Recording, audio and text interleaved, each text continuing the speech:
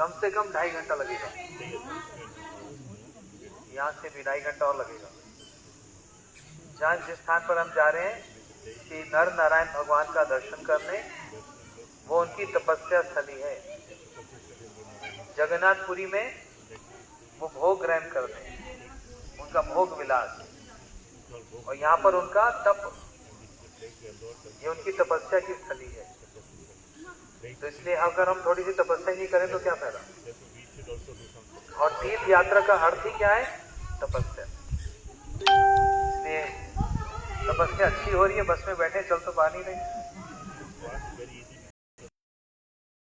साथ भी मिल रहा है और आगे मिलेगा, ठीक है।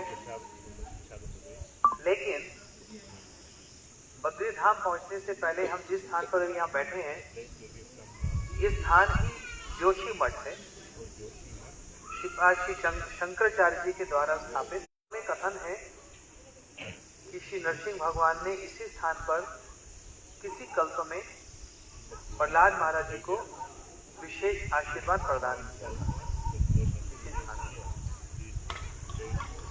और जो हमने भीतर में दर्शन किया, एक तो यहाँ की जो कुलदेवी है श्री चंडी जी, उनका दर्शन है, उनको सब समय भोग लगता रहता है। और साथ में हमने दर्शन किया कुबेर जी का दर्शन किया, उनके साथ एक आसन पर उद्धव जी का दर्शन, और फिर बीच में जो मध्य जो प्रकोष्ठ है,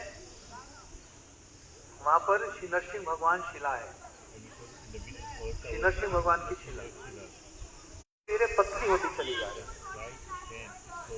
और ऐसे पतली होते होते होते होते जब वो बिल्कुल लुप्त हो जाएंगी, तो यहाँ पर 2 पर्वत हैं,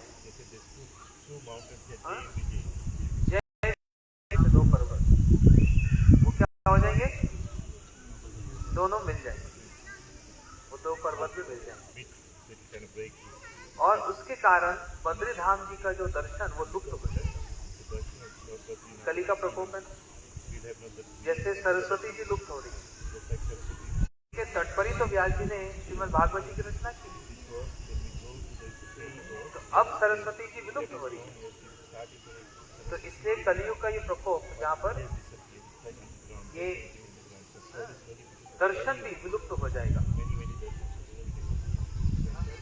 इस स्थान की विशेषता ये है कि 6 महीना जब वहां पर ऊपर दर्शन बंद हो जाता है, श्री नारायण भगवान का मंदिर ही बंद हो जाता है, और वो अक्षय तृतीया पे ही खुलता है, तो ठाकुर जी वहां से आ जाते हैं किसी मंदिर में, और यहाँ पर इनकी सेवा होती है,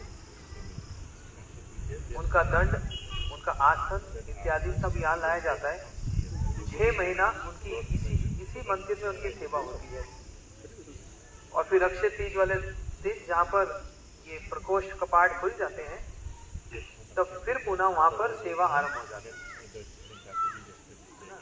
इसलिए इस स्थान की एक विशेषता, ये महिमा है। श्री नरसिंह भगवान का ये मंदिर बड़ा प्राचीन मंदिर, और उनकी पूजा भी देखो ऐसी कि वो धीरे धीरे धीरे क्या हो रही है, पतली होती चली जा रही है, और जिस दिन विलुप्त होगी, जय विजय 2 पर्वत एक हो जाएंगे, और बद्री धाम जी का जो दर्शन वो विलुप्त हो जाएगा।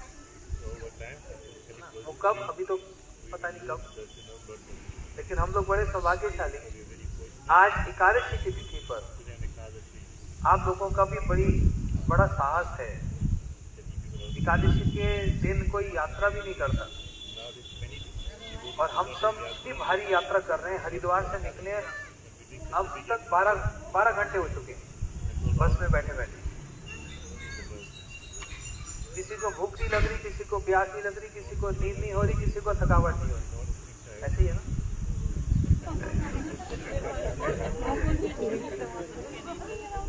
किसी का कुछ नहीं, इतना उत्साह हो रहा है। ठाकुर जी का दर्शन कब होगा? पहले कौन कौन आया बद्रीनाथ बताओ तो? कुछ वक्त लोग आए, अधिकांश नहीं आए।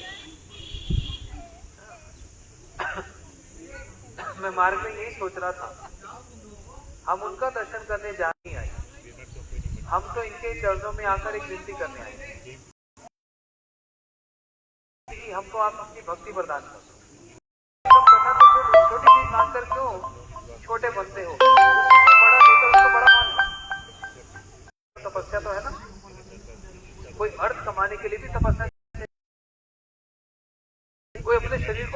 जाता है वो भी जिम में जाता है, इधर उधर जाता है, सैर करता है, वो भी अपनी तपस्या के द्वारा अपने शरीर को ठीक करता है। ये तो साधारण चीज पड़ेगी क्या? ब्रह्मा जी को भी तप तप तप ये शब्द सुनाई पड़ा था जब ब्रह्मा जी की उत्पत्ति हुई, और ब्रह्मा जी ने तपस्या की, तब श्री कृष्ण ने ब्रह्मा जी को भागवत जी का सार, चतुश्लोकी भागवत जी का उपदेश उनको प्रदान किया था। एकादशी का व्रत तप है। वृंदावन परिक्रमा करते हैं इत्यादि, जो ब्रजमंडल परिक्रमा करते हैं, तप है, लेकिन वो तप भक्ति के लिए किया जाता है, किसी और उपाय के लिए नहीं किया जाता। कलयुग में तप करना बड़ा कठिन है। भागवत जी कहते हैं, प्राय अल्पायुष सब्वे कलम अस्ति जुगे जना मंद सुमंद मध्य मंद भाग्य उपाधि। आयु भी बड़ी कम है इस कलयुग में, बुद्धि भी बड़ी मंद है, सुमंद मध्यो कहा जाता, तो इससे